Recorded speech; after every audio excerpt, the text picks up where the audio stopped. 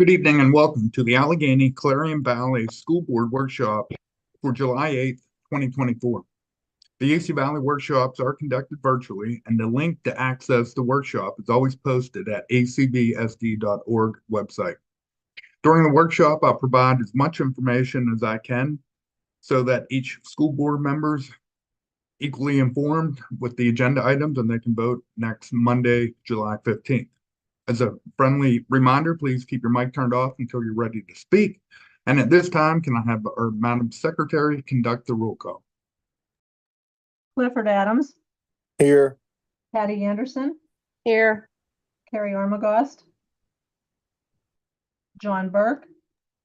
Here. Brady Fight. Here. Diane Page.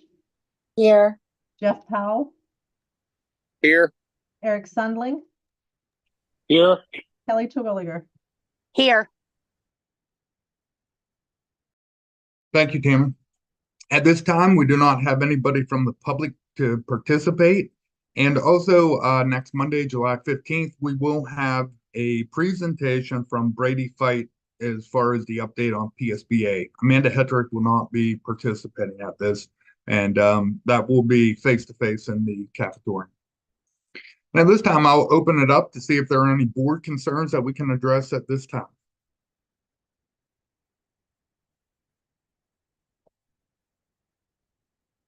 Okay, moving into the consent agenda, I'd like to direct your attention to the conferences and workshops and provide you with a brief update, and that's on page 5. We do have a PBIS/MTSS conference that the high school team put in for. That is in November. We're going to hold off pending approval to pay that until the state budget has been passed. But that was in the 24-25 budget. In addition to that, our Director of Education, Kristen Thurber, she just became aware of a federal programs meeting, and it's called the 2024 Summer Leadership Forum.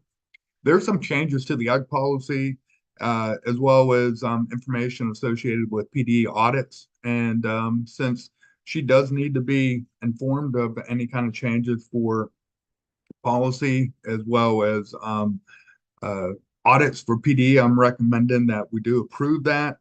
That is a total cost with transportation, registration, and hotel of $969.06.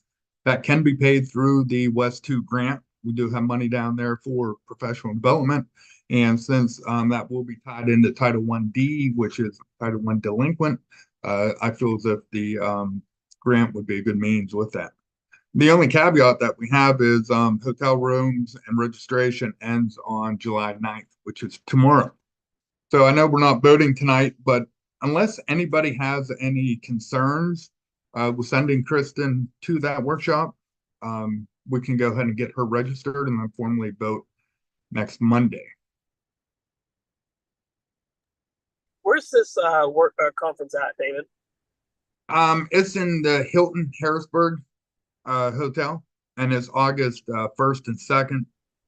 And you know, there's just an array of federal programs, guidance that's associated with that, changes, and then also you know, to get her exposed to other people that she can collaborate with.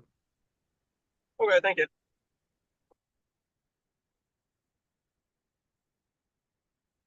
Okay, hearing no opposition, we'll go ahead and have Kristen get registered for that and continue to support her as she makes the transition. She's been doing a good job meeting with Mrs. Longo and making the transition, getting her set up with PDE. In addition to that, down through the consent agenda, we do have one secretary sub, which is greatly needed here at the district. And I did talk to Kelly Terwilliger about potentially modifying the hourly rate. Just keep in mind that we pay our sub secretaries $10 per hour. So I'll do a little work on that, and in August we could revisit that discussion. In addition to that, we have our AC Valley PTO parents that are on the agenda. We have a number of volunteers as well as the officers. We have Tiffany Lauer, Emily Shook as co-presidents, Jessica Lemon, Amber Dehart as co-vice presidents, Anna Eiler, secretary, and Jackie Maley as treasurer. And then you also see letter D, we have a number of volunteers. And we do thank those parents for helping out and being involved in not only their school, but also supporting their students' education. In addition to that, this evening, we have a couple motions in front of you from Christy Schaefer. She's very active with the band boosters, and she submitted a request. If we do get a home or multiple home varsity football games, she asked if the band boosters can work the concession stand, which we fully approve, and hopefully we can get a game at home. In addition to that, Christy's being proactive to continue to be a band volunteer as well. Are there any questions about the consent agenda before moving into finance and purchase? Okay. Going down into finance and purchase, we'll be paying the bills and hearing from Stacy, letters A through H on Monday, July 15th. But this evening, I do have a couple of items that I would like to discuss with you. The first is a formal motion to waive the annual fees for the youth football program for the 24-25 season. And the reason why we have this motion in front of you is because they're doing a whole lot of field maintenance, and the boosters, the youth football boosters, are putting money into line paint, which could be upwards towards $2,000 per year. And then they're also willing to help with our maintenance, changing light bulbs that have been burnt out on the field as well. And that includes renting a lift and supporting James and his crew. So the amount that they're donating into those two projects far exceeds the fees that we charge them each year. So we are making a request that we waive those fees for the 24-25 season. In addition to that, we have letter J. We have Zach Shekel, solicitor services in front of you for the 24-25 school year. Zach's a wonderful attorney. He's prompt. He's very knowledgeable. He digs in and does research when he's not 100% sure. Easy to work with, and his prices remain the same. It's $100 an hour for attorney fees and $30 for legal assistant fees. So I strongly recommend that we continue to work with Zach for the general solicitor duties. Are there any questions that I can answer under finance and purchase this evening?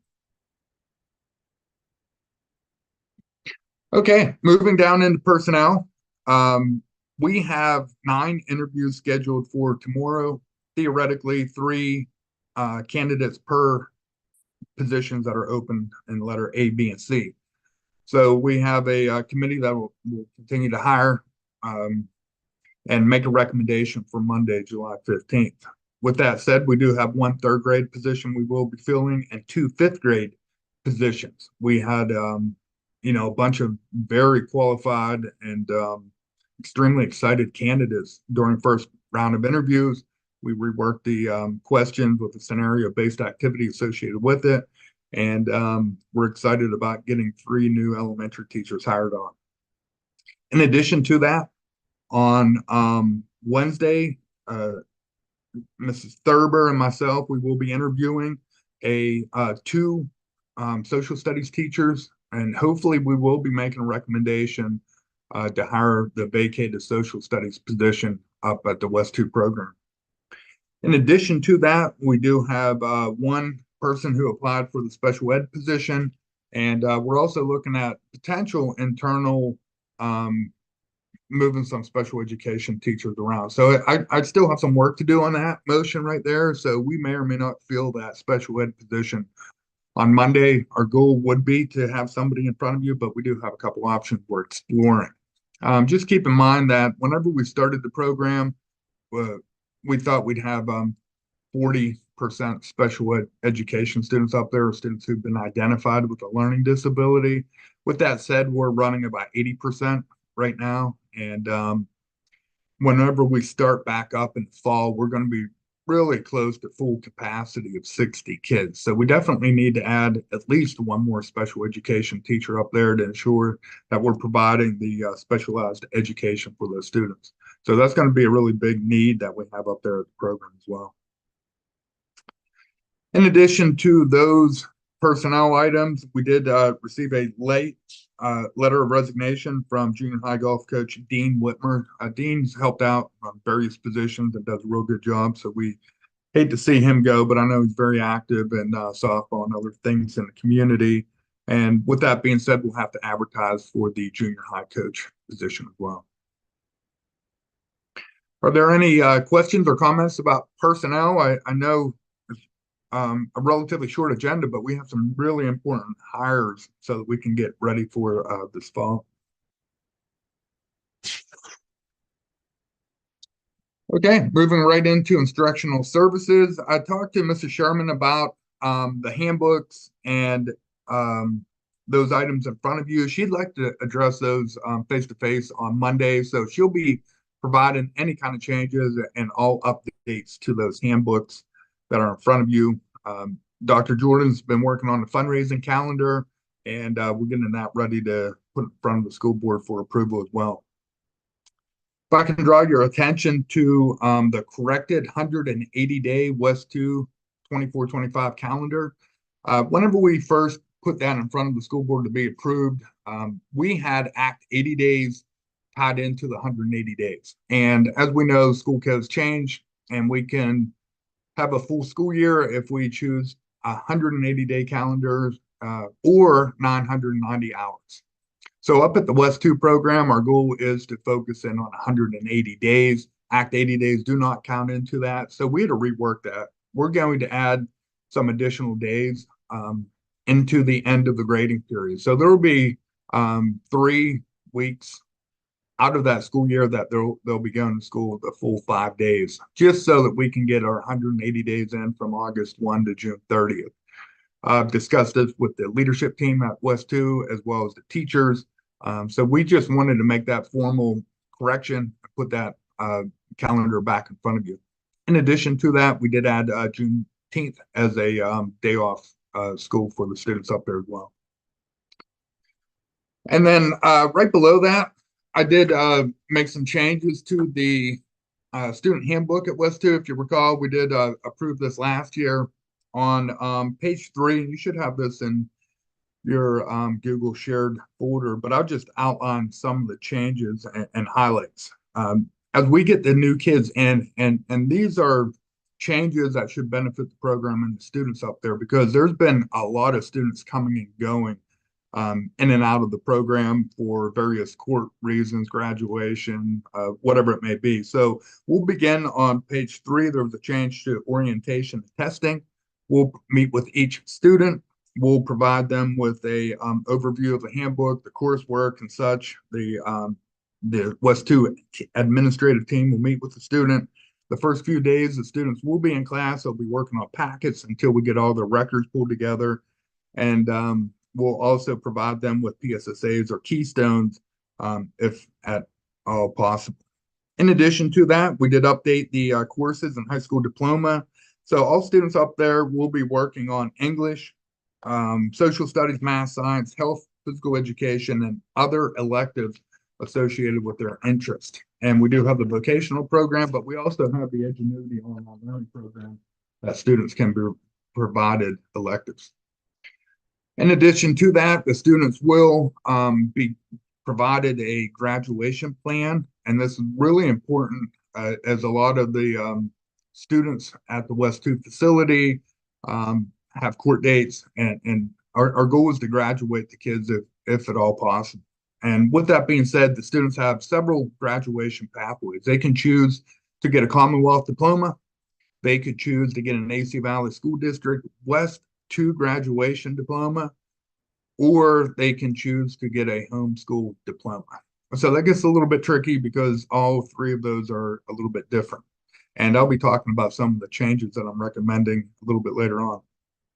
In addition to that, we put down the updated report card and grading scale. An A is 90 to 100, a B is 80 to 89, C 70 to 79, D 60 to 69, and failings 59 and below.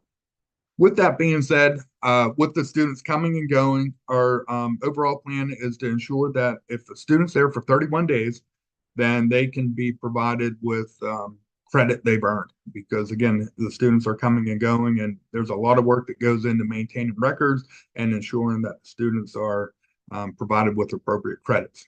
So if they're there 31 days, they have a passing grade, and they'll be able to receive the earned credits. And sometimes that could be a graduation. The credits for the students, because we have the students up there anywhere from ninth grade into post high school. Ninth grade is a simple promotion from eighth grade, and they accumulate up to 5.5 credits, which will theoretically make the students a 10th grader. 11th grade is 11 credits. 12th grade, to be considered a senior, the students have to have 16.5 credits. And then the overall credits for the students up there will be 21 to get a AC Valley West 2 diploma. And that will be 4 English, 3 social studies, 3 science, 3 math, 2 physical education, and then 6 electives.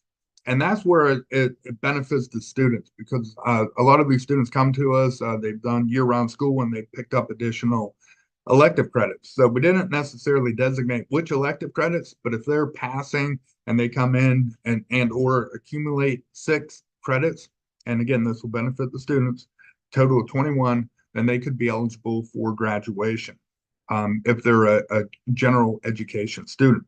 Now, with that being said, students that have been identified as learning support or a specially designed instruction, they have to graduate with their cohort. So there could be students who have an IEP who's been going to school year round and have surpassed the 21 credits, but that's not aligned with their cohort and or their graduation plan. So students that have been identified will not be graduating early unless they meet a whole series of requirements, which are relatively difficult to do. So that's going to clean up not only the graduation pathway for these students, but also help support the administration to ensure that the information given to the students is accurate.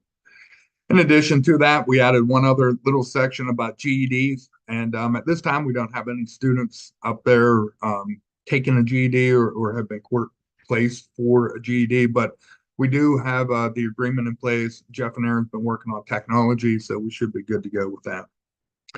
And those are the primary and the big changes that I have in front of you this evening for those handbooks. And the big thing really is the 21 credits. Just keep in mind that students down here at the district, there's a little bit more of a strict graduation pathway, and they have to accumulate 24 credits. And both groups of students, the one thing I failed to mention is we keep the senior project in place because we find that so very valuable. And as we have these students start to explore career exploration, we feel is vitally important.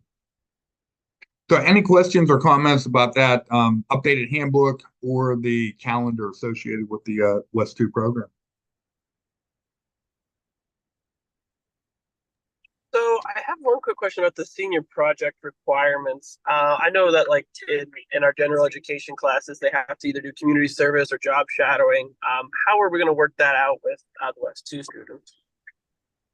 We've had every single kid that's graduated, and I believe we have 6 of them. They've all participated in a senior project, and most of them are career exploration, and it's done, mostly online.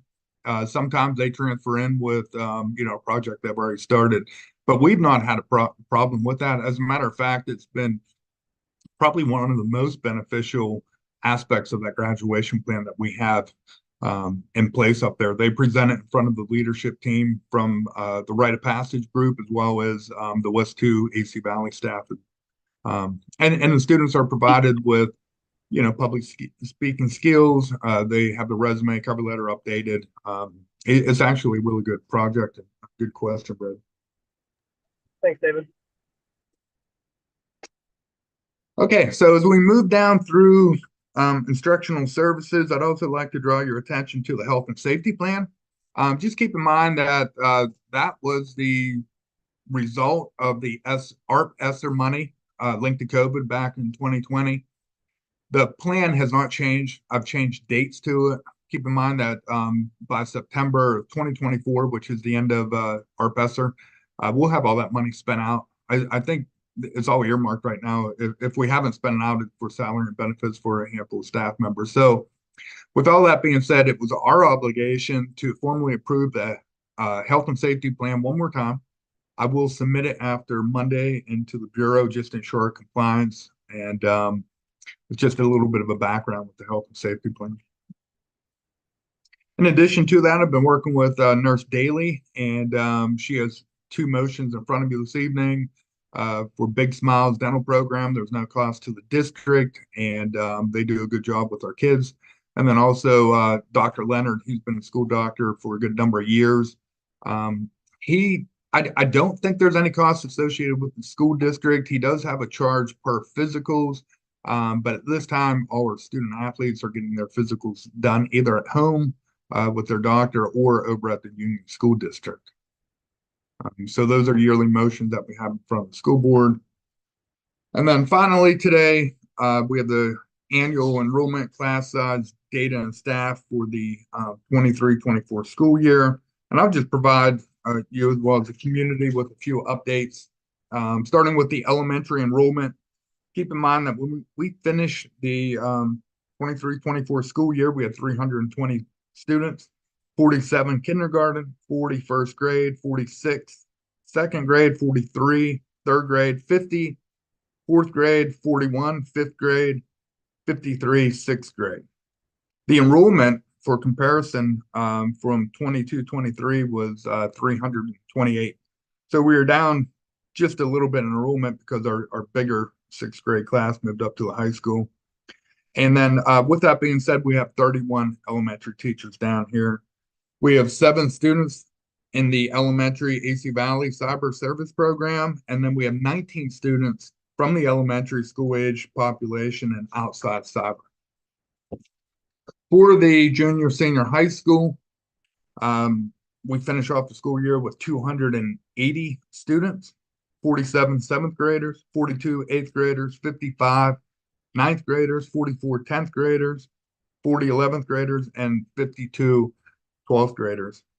As a comparison, we had 262 students up there the year prior. We have also 28 teachers up at the junior senior high school.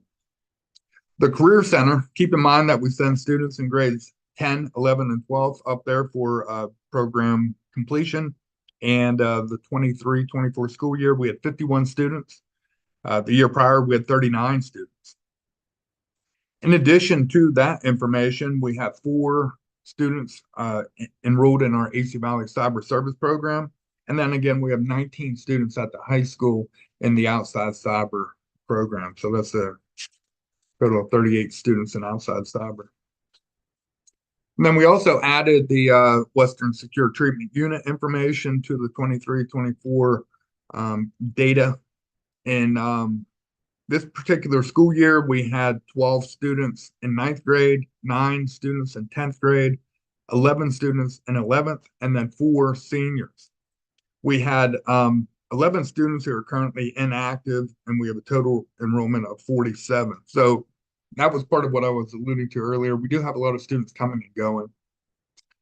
Up at the West 2 program, we have 7 teachers, and again, program max is 60 students at this particular time.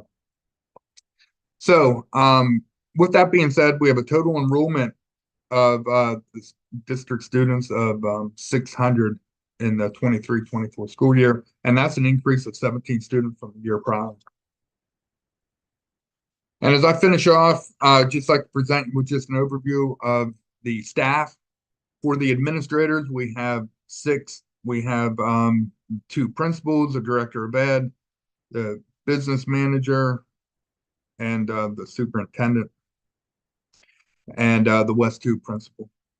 We have 11 cafeteria workers, 13 custodian and maintenance workers, 2 school nurses, 10 one-to-one student aides or class aides, 6 secretaries, 66 teachers, 2 counselors, 2.4 something technician. So one of our maintenance guys does a little portion of their day as technology support. So it's like 2.15, and then we have support from the maintenance. School psychologist, we have one police officer, 3 study hall monitors, 1 attendance officer, 1 athletic director, and a total employees of 126 with the district. So I'd like to thank Courtney for the help that she put into extracting that data out of the focus system and present it to you. Okay, I'll take a pause and open it up for any questions or comments at this time if there's any more details that you need with instructional services.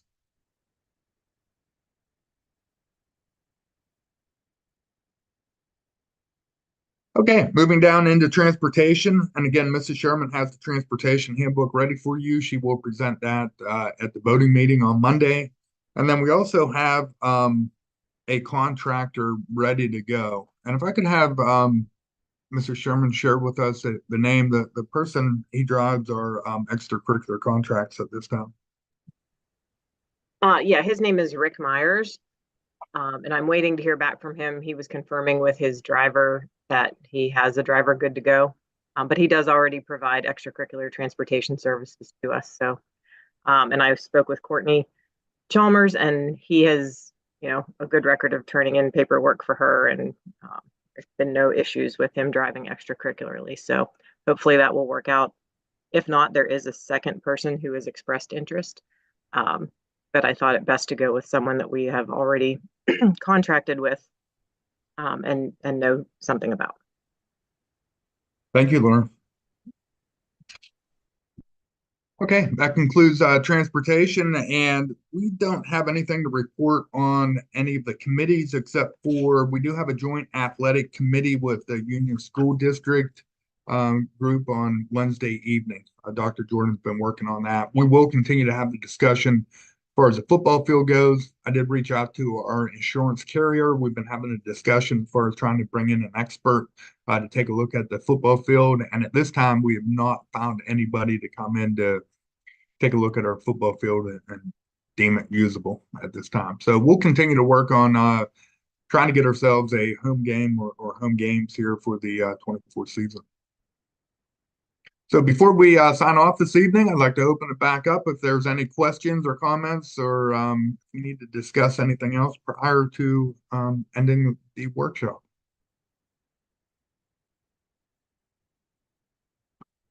Okay, have a great night, everybody, and we'll see you face to face next Monday. Thanks, David. See ya. Sure. Have a good night, everybody.